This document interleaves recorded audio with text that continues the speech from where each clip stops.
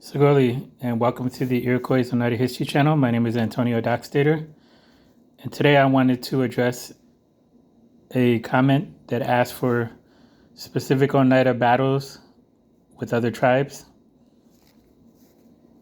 So I wanted to start off with a timeline also.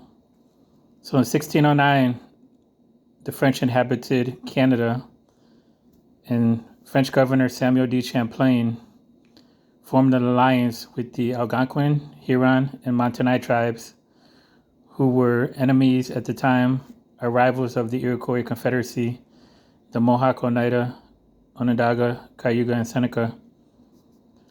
And in 1615, Champlain, along with 300 of his allies, attacked the Oneida village at Nichols Pond. The village was well protected and stockaded, and the Oneidas held off these invaders with bows, arrows, stones, and even Champlain was wounded by an arrow, and they retreated after a day's battle. In 1618, the Iroquois formed a treaty with the Dutch to trade firearms for beaver pelts. In 1624 to 1628, the Mohawk and Mohican had a war over the trade with the Dutch, which was near the Mohican lands along the Hudson River. In 1629, the Mohawks destroyed an Algonquin Montaigne village near Three Rivers. And from 1636 to 1642, the Mohawk and Oneidas drove the Algonquin Montaigne tribes out of the upper St. Lawrence Valley. In 1645 to 1647, the Oneidas were at war with the Algonquins and the Nipissings of the Iroquois Beaver clan. From 1647 to 1651, the Iroquois defeated the Huron in several battles at St. Joseph, St. Ignace, St. Louis, St. Marie, and along the Christian Islands, and captured or killed over 1,500 Hurons. From 1647 to 1650, the Iroquois, specifically Oneida, defeated the Algonquins at Morrison Island, along Three Rivers, along the St. Lawrence River, around the city of Nicolet, and the city of Yamachichi.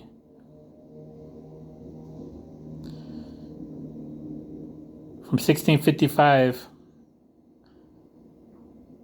the Oneidas, about 60 warriors, attacked the Algonquin and Nipissing Iroquois tribes. From 1651 to 1676, the Iroquois defeated the Susquehannock in many battles and destroyed or attacked 20 different villages and captured around 100 Susquehannock. The majority of them were absorbed by the Oneida Nation. So from 1667 to 1669, the French Jesuit Jacques Bruis writes that the Mohegans menaced the Oneida, and in 1669, 50 Mohegans were killed along the Hudson River. On September 29, 1667, Jesuit missionary Jacques Bruis arrives in Oneida and establishes the mission at St. Francis Xavier and delivers his first Mass in the new chapel.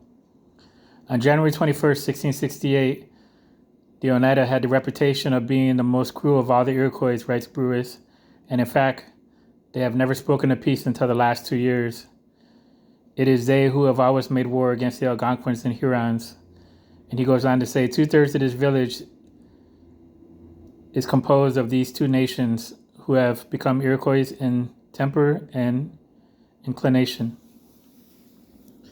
On August 14, 1669, the mission of St. Francis Xavier at Oneida, the Jesuit writes, an ambassador from the nation of the Loups, or the Mohicans, who are at peace with the Iroquois, now arrives for the purpose of ending hostilities.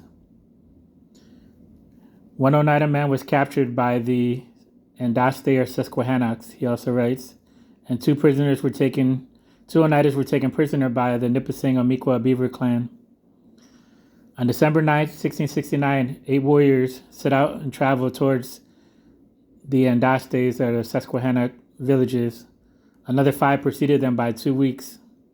On February 5th, 1670, 14 warriors seek out the Mohicans that are hunting near Montreal, and 600 men have gone to war against the Nipissing Algonquin tribes.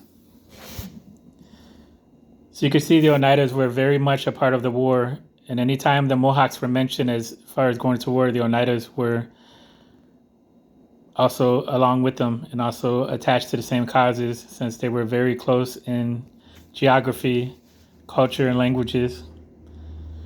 And from 1701 to 1751, the Iroquois and mainly the Oneida fought against the Catawba tribe located in South Carolina. In 1729, the Oneidas suffered a huge loss of almost 100 men killed or captured. After the Catawba posed a peace parley, the Oneidas met them and were instead killed when they had their weapons taken.